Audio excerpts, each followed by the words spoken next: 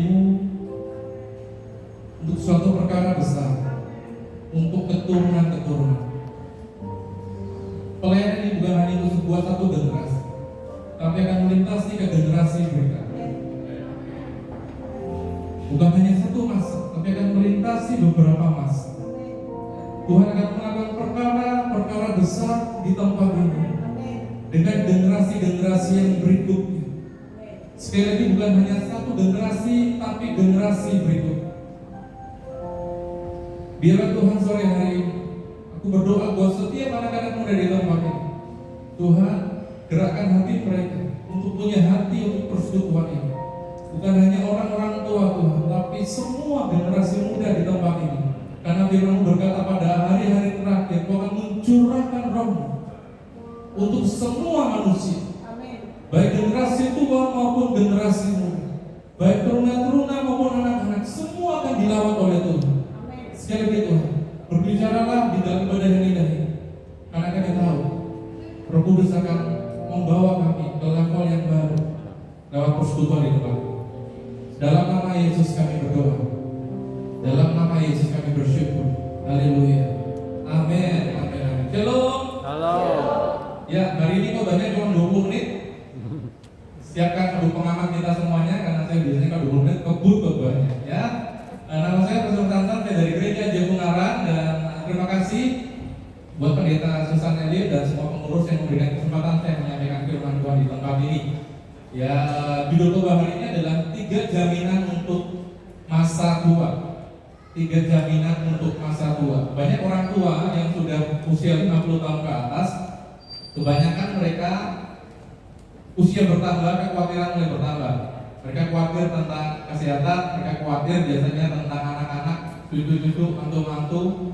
Ya, mereka khawatir tentang bagaimana tempat tinggal, mereka khawatir berbagai macam hal, mengalami post-power syndrome, kesepian, dan yang lain. Tapi hari ini saya akan berbicara dulu buat para orang tua di tempat ini secara khusus. Tuhan menjamin ada 3 hal ketika kita memasuki masa yang disebut dengan masa tua kita. Yesaya 46 ayat yang ketiga dan yang keempat. Yesaya 46 ayat yang ketiga dan keempat. Dengarkanlah aku, hai kaum keturunan Yakub, hai semua orang yang masih tinggal dari keturunan Israel, hai orang-orang yang kudukung sejak dari kandungan, hai orang-orang yang kujunjung sejak dari rahim.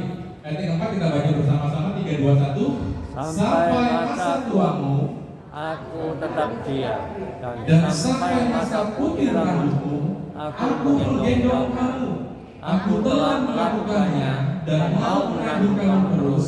Aku mau memikul kamu dan menyelamatkan. Ada yang bisa bilang amin? Amin. Ini adalah perkataan firman Tuhan. Tuhan berkata bahwa sampai masa tuamu aku tetap diam. Kepada siapakah firman Tuhan ini disampaikan? Secara konteks waktu itu adalah ditujukan kepada keturunan-keturunan Yakub, keturunan-keturunan Israel. Artinya, firman Tuhan ini sebenarnya disampaikan juga ketika mereka sudah sampai di masa tua. Mereka mungkin di dalam perjalanan kehidupan mungkin di usia sekitar 40 sampai 60 lah kira-kira gitu. Lalu firman Tuhan berkata, sampai masa tuamu dikatakan, aku tetap diam, kata Tuhan. Aku tetap diam. Aku tetap diam. Tetap diam itu siapa? Menurut kamus besar, menurut kamus bahasa Indonesia, menurut bahasa Indonesia sehari-hari dikatakan, aku tetap Allahmu sampai kamu tua. Aku tetap Allahmu sampai kamu tua. Jadi Tuhan bilang gini, aku Allah sejak engkau dilahirkan. Aku menyertai kau di dalam kandungan. Aku menyertai kau di masa sekolah minggumu next berikutnya. Aku Allahmu di masa pemudamu. Aku Allahmu di masa setiap pergumulan hidupmu next berikutnya. Aku Allahmu, terus satu lagi. Setiap kita mengalami fase ini semuanya. Dan Tuhan berkata bahwa sejak kita di dalam kandungan, Dia menyertai kita. Setuju bilang amin. Bahkan di sejak kita remaja, anak-anak, nah Tuhan bilang sampai masa tua, sampai masa tua nanti, aku tetap Dia. Artinya aku tetap Allahmu. Aku nggak berubah sama sekali. Tuhan memberikan 3 jaminan ketika kita berada di masa tua. Yang pertama, Tuhan berjanji akan melindungi dan menjaga kita. Tuhan berjanji akan melindungi dan menjaga kita. Dalam Yesaya 46 yang tadi dikatakan, sampai masa tuamu aku tetap diam, dan sampai masa putih rambutmu aku menggendong kamu. Saya nggak tahu pada usia berapa nanti rambut kita akan memutih. Beberapa yang diputih juga disembelih, jadi nggak bisa kelihatan. Tapi Tuhan janji, sampai masa putih rambutmu aku menggendong kamu. Nah, apa artinya Tuhan menggendong? Dulu saya berpikir, waktu saya baca ayat ini berulang kali, kalau Tuhan itu menggendong berarti kita ini digendong Tuhan. Berapa kita pernah berpikir demikian? Kalau Tuhan menggendong kita, berarti kita benar-benar digendong Tuhan. Cuma saya mikir lagi, kalau kita digendong Tuhan, betapa lucunya kita. Udah besar kayak gini, digendong-gendong sama Tuhan, malah sulit dibayangkan. Karena sebenarnya bukan itu maksudnya. Kata menggendong itu di dalam bahasa aslinya itu adalah sabal, bilang semuanya sabal. Sabal ya, bukan sambal. Sabal ya. Saya tuh beberapa mulai sabal, tapi ini sabal, bukan sambal. Sabal itu berarti memberi perlindungan yang sempurna, seperti seorang gembala yang melindungi domba-dombanya. Sabal itu di dalam bahasa Ibrani adalah seorang gembala menggendong domba. Atau sabal juga bisa berarti dipikul. Domba itu digendong dan dipikul. Jadi bukan kita secara harfiah digendong, tapi sabal itu berarti kita digendong dan dipikul. Artinya, kenapa domba itu perlu digendong dan dipikul? Untuk memberikan perlindungan yang sempurna, memberikan rasa aman yang sempurna. Dan Tuhan bilang, sampai masa tuamu aku akan menggendong engkau, aku akan sabal terhadap engkau. Artinya aku mau melindungi engkau, menjaga engkau dari semua barang mara bahaya, malapetaka, pencuri, binatang buas. Dan kalau kita bisa tanya sama domba, tempat apa yang paling aman bagi dia? Domba kalau bisa jawabkan bilang ini, ketika gembalaku mensabal, menggendong, ketika gembalaku memikul. Kenapa? Begitu domba diangkat sama gembala, dipikul sama gembala, semua musuh, semua pencuri, semua mara bahaya gak berani dekat lagi sama domba. Itu sama. Itulah janji Tuhan yang pertama. Sampai masa tua kita, Tuhan akan melindungi kita, menjaga kita. Setuju, bilang amin. Dan hari ini saya mau berikan kesempatan buat Ibu Pendeta Susan Tero membacakan Mazmur 91 sebentar. Tolong dibaca Mazmur 91 ayat 1 sampai 11 dan berada kepada jemaat. Dan jemaat yang setuju dengan firman Tuhan ini, kita bisa bilang amin. Kita bergerak secara profetik, ya. Bu Pendeta bisa dasarnya di jemaat, dan ini adalah doa berkat daripada gembala saudara, ya. Buka hati kita semuanya dan terima dengan roh apa yang diucapkan. Mazmur 91 ayat 1 sampai 11. 91 ayat pertama sampai yang ke-11. Demikianlah bunyi firman Tuhan. Dalam lindungan Allah, orang yang duduk dalam lindungan yang maha tinggi dan bermalam di dalam naungan yang maha kuasa akan berkata kepada Tuhan, tempat perlindunganku dan kubu pertahananku, Allahku yang kupercayai. Sungguh, Dialah yang akan melepaskan engkau dari jerat penangkap burung dan penyakit sampar yang busuk. Amin. Dengan kepaknya ia akan menudungi engkau, di bawah sayapnya engkau akan berlindung. Kesetiaannya ialah perisai dan pagar tembok. Amin. Engkau tidak usah takut terhadap kedahsyatan malam, terhadap panah yang terbang di waktu siang, terhadap penyakit sampar yang berjalan di dalam gelap, terhadap penyakit menular yang mengamuk di waktu petang. Amin. Walau 1000 orang rebah di sisimu dan 10.000 di sebelah kananmu, tetapi itu tidak akan menimpamu. Engkau hanya menontonnya dengan matamu sendiri dan melihat pembalasan terhadap orang-orang fasik. Sebab Tuhan ialah tempat perlindunganmu yang maha tinggi, telah kau buat tempat pertujuanmu. Amin. Malapetaka tidak akan menimpa kamu, dan itulah tidak akan mendekat kepada kemahmu. Sebab malaikat-malaikatnya akan diperintahkannya kepadamu untuk menjaga kau di segala jalanmu. Amin. Beri tepuk tangan buat Yesus. Kita percaya bahwa sampai masa tua kita, Dia menggendong kita, Dia menjaga kita, menjamin kita dengan melindungi kita dengan pelindungan yang sempurna seperti seorang gembala yang menjaga domba-domba. Yang kedua, Kau berjanji bahwa sampai masa tua kita, Tuhan tidak akan pernah meninggalkan kita. Tuhan tidak akan pernah meninggalkan kita. Tolong yang bisa maju ke depan. Mazmur 37 ayat 23 dan 24. Tuhan menetapkan langkah-langkah orang yang hidupnya berkenan kepadanya. Apabila ia jatuh, tidaklah ia sampai tergeletak, sebab Tuhan menopang tangannya. Ayat yang ke-25 kita baca bersama-sama. 3, 2, 1. Dahulu aku muda, sekarang telah menjadi tua, tetapi tidak pernah melihat orang benar ditinggalkan. Amin. Sekarang posisinya Daud mengatakan, dahulu aku muda, sekarang aku sudah tua, tapi gak pernah aku lihat orang benar ditinggalkan. Kenapa gak ditinggalkan? Karena Tuhan menyertai mereka. Apabila ia jatuh, tidaklah sampai tergeletak, sebab Tuhan menopang tangannya. Saya bilang gini, Bapak Ibu Saudara sekalian, Tuhan tidak pernah menjamin kehidupan kita dari awal sampai akhir. Itu bebas hambatan, tanpa masalah, tanpa pergumulan, tanpa air mata, tanpa mungkin dijatuh. Gak ada jaminannya sama sekali.